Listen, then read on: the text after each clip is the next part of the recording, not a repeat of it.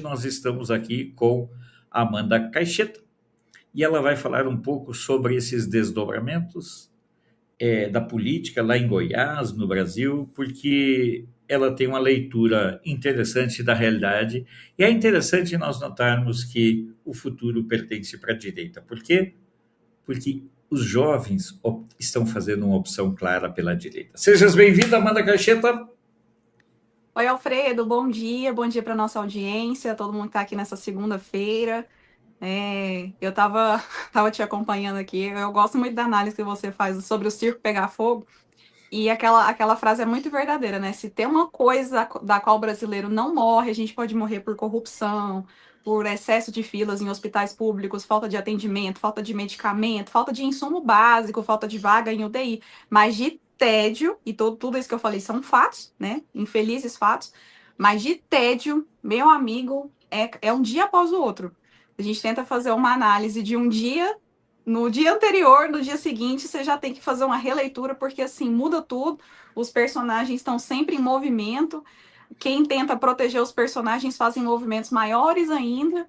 E a gente acaba adquirindo algumas certezas, né, Alfredo? Ao longo da nossa história recente, até a gente tem a certeza, infelizmente, da impunidade. Né? A exemplo sempre, claro, o maior dos exemplos que nós temos, Lula ser presidente da República, né? O maior bandido, o maior canalha, o maior pilantra, a pessoa que assaltou a nação, né? O maior bandido da nossa história, infelizmente, voltou, como disse o próprio vice, à cena do crime. Então, a gente tem que, infelizmente, lidar com essas coisas. Mas, Alfredo, não falta pauta. Não falta pauta. Vamos a elas, pois! Ó, vamos lá. Na última sexta-feira a gente não pôde conversar, né? Porque eu tive um compromisso do trabalho. A gente brinca que são aqueles compromissos de gente adulta, né? Que infelizmente a gente não gosta, mas tem que cumprir. E o que eu queria ter trazido na sexta, e aproveito o espaço de agora, foi a respeito das manifestações. Né? Aqui em Goiânia nós tivemos manifestações, foi muito bonito de ver.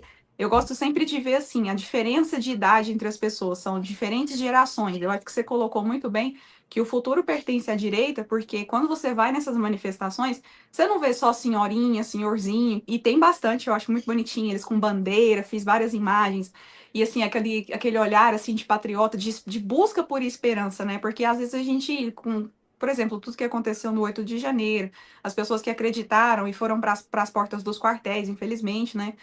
A gente via depois desses episódios as pessoas com um olhar meio de desesperança, um olhar meio distante, perdido em busca por algo. E hoje eu acho que essas pessoas estão com um olhar um pouco mais centralizado, no sentido de que elas encontraram, né, foi reacendido um motivo para acreditar. E uma análise que eu acho muito positiva, Alfredo, é que eles não estão acreditando na figura de uma pessoa. Não estão acreditando num político ou num grupo político, mas eu acho que tem sido despertado nessas pessoas um senso de responsabilidade de que a gente olha para si e fala, essa responsabilidade é minha. E eu acho isso extremamente pertinente. Né? E aqui em Goiânia nós tivemos essas várias gerações, crianças, pais, mães, jovens. Eu fui com o pessoal da minha igreja, a gente tem um grupo na minha igreja, eu sou da Igreja Batista, que a gente sempre brinca que quando tem manifestação a gente esvazia um pouco a escola dominical. Não acho que meu pastor fica tão feliz com isso, mas eu sei que ele entende. Um beijo, pastor Jackson, inclusive para o senhor. E aí a gente sempre vai, é o mesmo grupinho, a gente sempre vai junto e muito bonito de ver, sabe? Criança. Eu fiquei sabendo que eu ia falar lá na hora, tive a oportunidade de. Aliás, eu fiquei sabendo um dia antes. E aí eu pedi, Senhor, me dá uma palavra, porque assim, eu não sou a pessoa que vai levar uma mensagem de esperança, porque se eu olhar para mim, antes de querer fazer o bem, eu já pratiquei o mal, né? Como o apóstolo Paulo nos lembra. E eu falei, Senhor, me dá uma palavra, porque se eu tenho que falar algo para essas pessoas, precisa fazer sentido, não só para mim, mas especialmente para elas. Afinal, eu vou estar com o microfone ali, então preciso ter algo assim do Senhor para entregar, porque eu não tenho nada para entregar para ninguém, né? E aí eu me lembrei, acho que Deus trouxe essa palavra ao meu coração lá dos três jovens do exílio de Israel, Sadraque, Mesaque e Abednego. Eu tive a oportunidade de falar rapidinho lá. E lembrar que essas pessoas não desistiram, elas não se curvaram a uma estátua que o rei construiu para ser adorado, a um falso Deus, não se curvaram a um sistema, e eram pessoas que tinham a confiança do rei, porque, embora fossem, né, hebreus, exerciam um trabalho ali da confiança do rei Nabucodonosor. E esses jovens não se curvaram, mas teve um preço deles não se curvarem. Eles foram mandados para a fornalha. O rei ficou tão furioso que aqueceu o negócio lá 7 vezes mais, como se só o fogo por si só não fosse suficiente. Mandou aquecer ainda mais. E o próprio rei viu que tinha uma quarta pessoa lá dentro. Né? Então, assim, eu acho que essa é uma mensagem de esperança para nós. Assim como tinha uma quarta pessoa cuidando daquele povo, que era o povo de Israel naquele momento, eu acredito que tem sempre essa pessoa também cuidando do Brasil. E não é à toa a gente está vendo, né, Alfredo, agora estendendo a pauta para tudo que está acontecendo no Brasil, eu acho muito providencial, né? Eu gosto muito de uma frase de São Tomás de Aquino que fala que a verdade é filha do tempo. Pode ser que demore, né? O nosso tempo ele é limitado, ele está condicionado a vários fatores.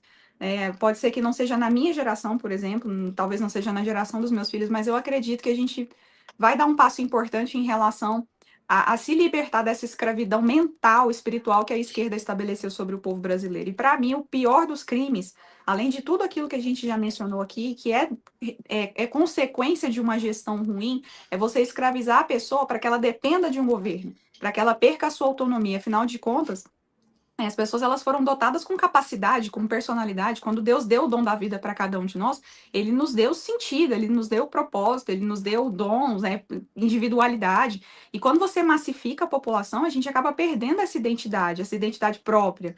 Né? Você tenta amalgamar como se fosse um purê gigante de batata, no sentido muito ruim dessa analogia, e as pessoas perdem a sua capacidade de falar por si. E isso eu considero muito ruim.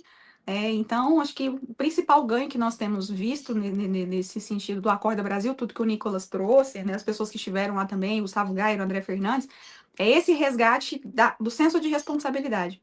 Né? E aí, pensando em tudo que está acontecendo agora, né, acho que já era motivo para que as pessoas não dependessem de político, de assessor de político, de liderança, de nenhum lugar para ir para as ruas, mas é uma coisa assim, olha, eu estou vendo o que está acontecendo. Eu estou vendo o que está acontecendo, eu estou vendo o Lulinha mais uma vez citado com movimentação financeira de mais de 19 milhões. E vale lembrar que, acho que foi no início de 2023, Alfredo, eu não me lembro se foi a Veja ou se foi o Metrópolis quem soltou, que agora que o Lula, naquela época, né, tinha voltado à presidência da República, Lulinha também estaria de volta aos negócios. Gente, isso é tão escancarado, é tão assim, um tapa no centro do nosso rosto, assim, chega a dar uma certa raiva de falar, como assim? Que negócios são esses?